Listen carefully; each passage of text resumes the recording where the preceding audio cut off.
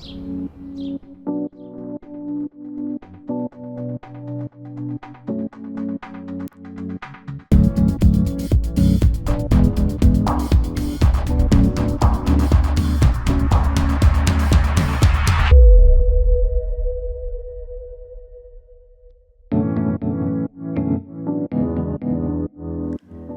no secret sauce really. It's just about staying hungry, staying foolish, and staying honest. Staying hungry is all about being competitive.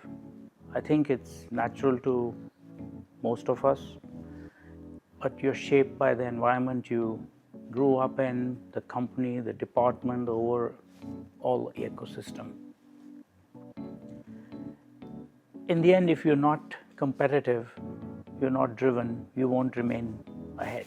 So I think that's something that we all have to, as a matter of fact. Staying foolish is all about being curious. And for me, what I do is 16/7/365 reading, whether it's books, it's apps which have so much curated content for you and they're getting better and better, or just my Financial Times, which I've been reading every day for the last 3+ decades. So I think that's the second part of a day in a life. The third bit is all about staying true to character, the honesty with data. And I think that part is where I almost feel, and I tell my teams, make a chart every day, a new 2x2, or looking at data in 3 different axes. And it's quite interesting how you might, if you visualize data, you can find new insights, new business opportunities or risks. But I would say, to put all of it together, I think technology is a giant door which helps satiate all your curiosity and helps you be even more competitive or even more data-based.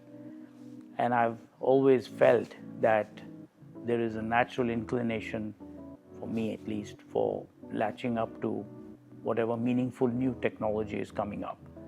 And I think it's less about competitiveness and more about being curious, because the way it's transforming our lives is just phenomenal.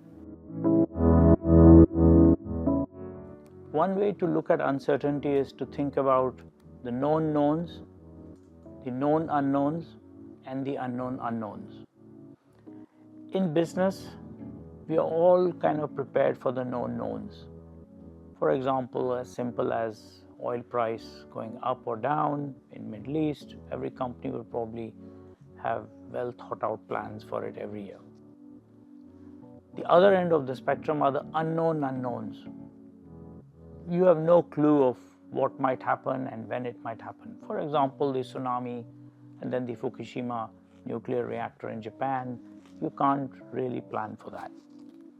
The magic is in the middle, the known unknowns, where there are a lot of things you could plan, you could look at. You don't know when they will happen, at what intensity they would happen. I think COVID was one of them for us. Although a lot of people put it in the unknown unknowns, actually it wasn't, because we had and still have a full business continuity planning or BCP manual, and in that was a chapter seldom looked at called Epidemic and Pandemic.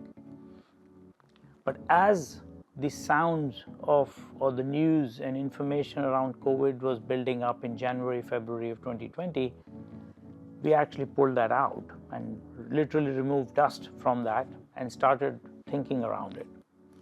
And by Feb 26th, internally in our company, we declared it that a pandemic is coming. For a reference, WHO declared it on March 11th. And we started our planning and journey on many facets, or all facets that you can think of. And one of them was actually calling up Mashreq Bank, who were very good in helping our financial planning for the kind of circumstances that the world would face.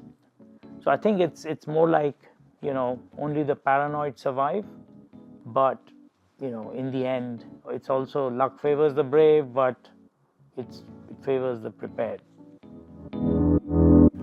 the three most important things are people, people, and people.